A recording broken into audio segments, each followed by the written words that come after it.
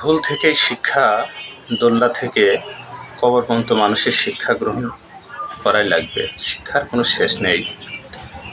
যতটুক বুঝি সে হিসাবে আপনাদের একটু বলে যেতে চাই।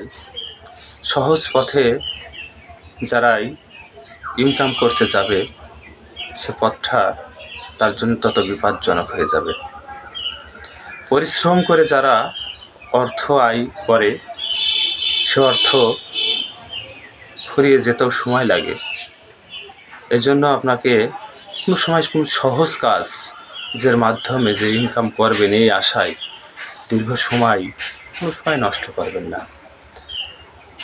দীর্ঘ সময় নষ্ট করলে আপনার জন্য অনেক ক্ষতিগ্রস্ত হবে, কারণ কারো ক্ষতি কেউ করতে পারে না, যার ক্ষতি সে নিজেই করে। এই জন্য নিজের সফলতার পথ কোন জায়গায় গিয়ে সেট হবে নিজেই চিন্তা ভাবনা করে